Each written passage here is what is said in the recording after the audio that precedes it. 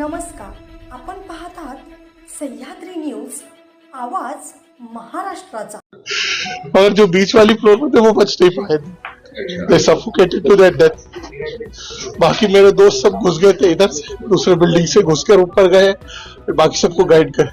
I called everyone, fire brigade, police and ambulance, nobody came on time sir, सब late. आप लोग यही थे जब घटना हुई? जी। और किस वजह से आग लगी थी? इलेक्ट्रिक स्कूटर चार्ज पे लगा हुआ था, it got short सर्क्यूटेड।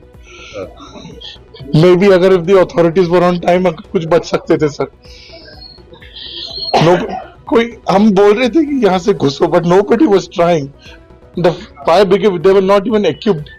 Shirt pant पे है सर, प्रॉपर यूनिफॉर्म भी नहीं थी सर। बस फोड़ा लाए और ये तीनों को मार रहे थे। जब दम घुट के मर गए वो लोग।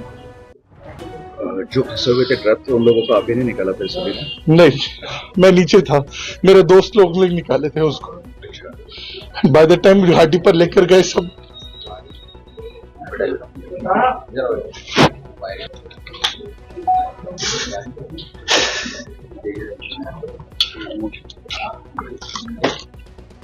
एक चार्जिंग सॉकेट आणि पूर्ण घरात आग, संपूर्ण 7 लोकांचं कुटुंब जळून जागीच खाक।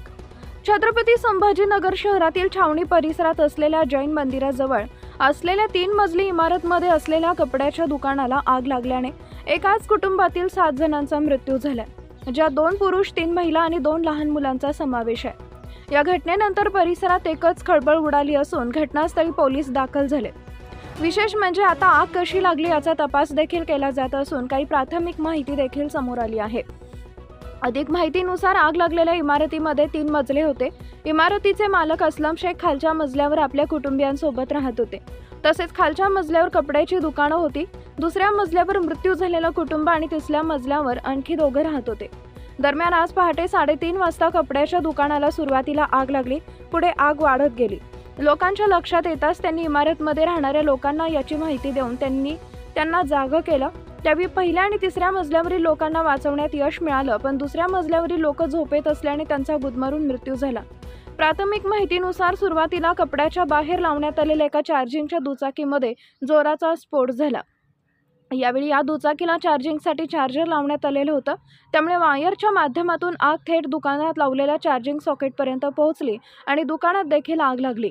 कपड्याचं दुकान असल्याने काही वेळातच आग संपूर्ण दुकान आणि त्यानंतर इमारतमध्ये पसरली।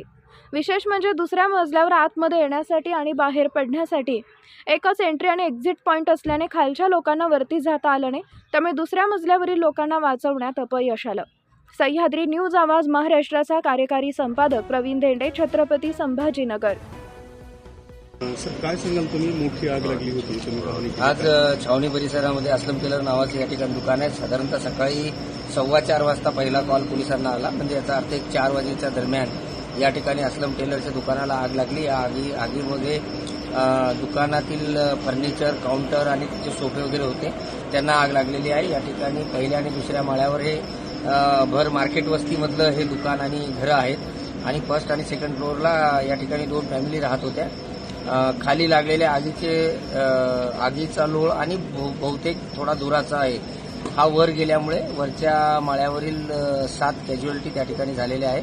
त्याच्यामध्ये 2 पुरुष आहेत, 3 स्त्री आहेत आणि 2 मुलं आहेत। वरती लोक जे आहेत ते होरपळून दगावली की धुरामुळे? प्राथमिक अंदाज आमचा धुरामुळे दगावल्याचा आहे, तरी सुद्धा मेडिकल एक्सपर्ट ओपिनियन आल्यानंतर आपल्याला एक्झॅक्ट काय झालं ते कळेल।